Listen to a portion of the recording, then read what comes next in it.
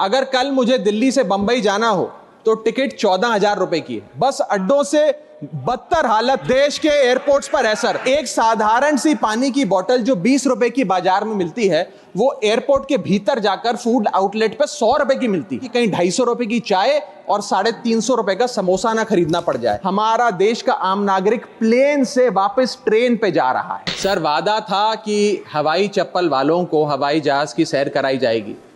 आलम यह है सर कि बाटा कंपनी का जूता पहनने वाला भी आज हवाई जहाज की टिकट नहीं खरीद पा रहा है। Economy class is no more economical sir.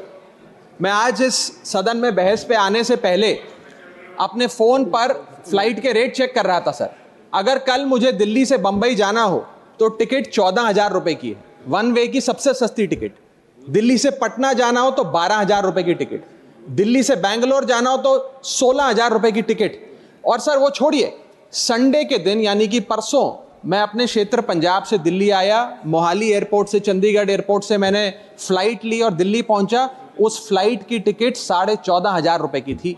हम सांसदों को तो फ्लाइट की रीइंबर्समेंट मिल जाती है सर। आप उस आम नागरिक का सोचिए जो इस स्काई रॉकेटिंग एयर प्राइसेस से जूझ रहा है। सर, हमें इस देश में एयर यात्रा को लग्जरी ट्रैवल नहीं बताना सर, आम ट्रैवल बनाना है जैसे कि ट्रेन का है। और सबसे बड़ी बात सर, इस देश में जहाज में उड़ना और जहाज में उड़ के अपनी मंजिल तक पहुंचना आज भी इस देश की बहुत बड़ी आबादी के लिए एक सपना है। सर, दूसरा दर्द जो इस देश का आम आदमी रोज उससे जूझ रहा है वो है ओवर क्राउडेड एयरपोर्ट्स। सर, आज हमारे देश के एयरपोर्ट्स बस अड्डे जैसे बन गए हैं। बस अड्डों से बदतर हालत, बदतर व्यवस्था देश के एयरपोर्ट्स पर है सर।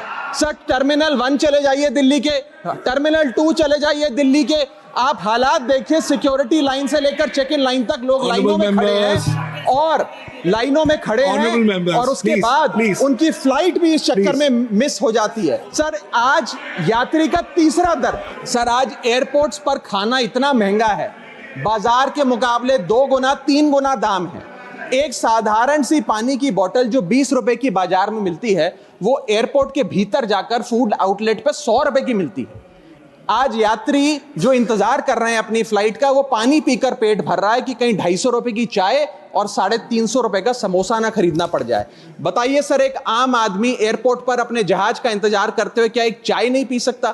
क्या इस पर कोई रेगुलेशन नहीं होना चाहिए? क्या कोई अफोर्डेबल कैंटीन का मैकेनिज्म नहीं होना चाहिए? चौथा दर्द जो आज इस देश के आम यात्री को सर सहन करना पड़ रहा है वो है पुअर कनेक्टिविटी। आज इस देश के कई टूरिज्म स्पॉट्स पे, कई फेमस शहरों तक जहाज की यात्रा नहीं पहुंचती, फ्लाइट्स नहीं पहुंचती, एयरपोर्ट नहीं पहुंचती। कई शहर, अधिकतर शहर ऐसे हैं जहां पर एयरपोर्ट्स नहीं है। इंसान को जहाज लेकर, जहाज से उतरकर कई घंटों का बस का और गाड़ी का सफर तय कर अपनी मंजिल पे पहुंचना पड़ता है सर। सरकार ने कहा कि मालदीव्स मत जाओ, लक्षद्वीप जाओ छुट्टी मनाने। मैं आपको आज का रेट बता रहा हूं सर। अगर आज मुझे दिल्ली से मालदीव जाना हो तो 17,000 रुपए की फ्लाइट है, लेकिन दिल्ली से लक्षद्वीप जाना हो तो 25,000 रुपए की फ्लाइट है सर। तो बताइए हम मालदीव जाएं कि लक्षद्वीप जाएं? पांचवा दर्द जो आज एक आम यात्री को महसूस करना पड़ रहा है वो है sir flight cancellation and delays.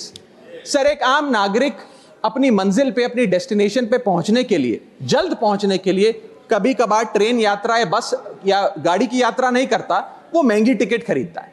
महंगी टिकट खरीद के अपनी मंजिल पे समय पे पहुंचना चाहता है। और कुछ ऐसे भी लोग हैं जो आर्थिक तौर पे सक्षम नहीं हैं, लेकिन आपातकालीन परिस्थितियों में, इमरजेंसी सिचुएशन में वो भी महंगी जहाज की टिकट खरीदकर जहाज की यात्रा करना चाहते हैं, अपनी मंजिल पे पहुंचना चाहते हैं। लेकिन क्या वो अपनी मंजिल पे समय पर पहुंच जा रहे हैं?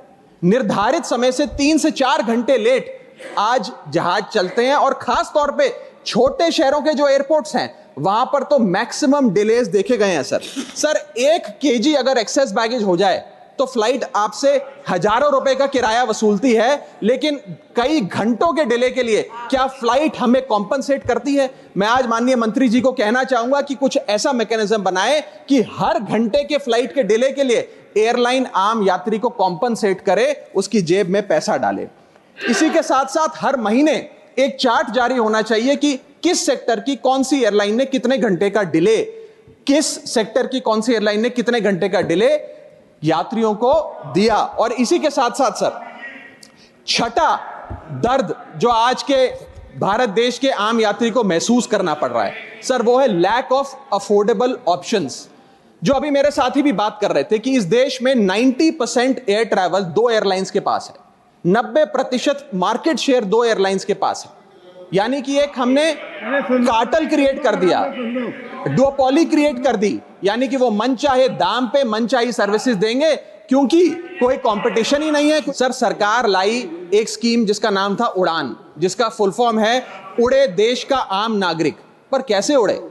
ना फ्लाइट के उड़ने के ऑप्शन है, ना अफोर्डेबल टिकट है, ना फ्लाइट सही समय पर चलती है, तो कहां उड़े, कैसे उड़े? और सबसे बड़ी बात सर, जब से ये उड़ान स्कीम आई है एक धारणा एविएशन सेक्टर में बनी हुई है कि जैसे ये स्कीम लागू हुई दो एयरलाइन बंद हो गई, जेट एयरवेज और गो एयर, और तीसरी स्पाइस जेट बंद होने की कगार पे खड़ी है। तो अब लोग ये भी कहने लग गए हैं कि शायद उड़ान स्कीम एक बहुत बड़ा अपशगुन थी, और इसी के चलते आज हमारा देश का आम नागरिक प्लेन से वापस ट्रेन पे जा रहा है। सर, मेरा सातवां दर्द बैगेज चार्जेस और बैगेज डिलेज। सर, अगर आपका 1 केजी बैगेज ओवरवेट हो जाए तो हजारों रुपए एयरलाइन आपसे एक्सेस बैगेज के चार्जेस वसूल लेती है। यहां तक कि कुछ लोग अब अपना सामान एयरपोर्ट पर फेंक के चले जाते हैं बिकॉज उनके सामान में पड़ी वस्तुएं इतनी महंगी नहीं है जितना बैगेज चार्जेस एयरलाइन ले लेती हैं। और बैगेज के डिलेज देखिए सर, लंबा आपको इंतजार बैगेज बेल्ट पे करना पड़ता है कि कब हमारा बैग आएगा। जब स्क्रीन पर देखते हैं तो स्क्रीन पर लिखा आता है बैगेज ऑन बेल्ट, लेकिन बैगेज ऑन बेल्ट नहीं होता। सिर्फ 2-3 बिजनेस क्लास पैसेंजर्स का बैग आता है और न जाने कितने मिनट एक आम नागरिक को इंतजार करना पड़ता है इस एक्सेस डिले के लिए, या इसको एक स्टैंडर्डाइज करने के लिए कोई प्रोसीजर सरकार को बनाना चाहिए। सर, 8वां दर्द heavy car parking charges eight airport. Sir, आज आप एयरपोर्ट्स पर पार्किंग का ठेका किसी एक कंपनी को दे देते हैं और वो मनचाहे दाम वसूलती है। खास तौर पे छोटे एयरपोर्ट्स पे 200-250 रुपए प्रति घंटे की कार पार्किंग चार्जेस देनी पड़ते हैं। आज आप दिल्ली के एयरपोर्ट चले जाइए, 220 रुपए प्रति घंटा गाड़ी का चार्ज लगता है, और अगर आपने कोई कैब टैक्सी बुक कर ली तो उसका भी मोटा बिल आता है, क्योंकि वो टैक्सी वाला भी expensive car parking charges, airport charges अपने बिल में जोड़कर आपको देता है।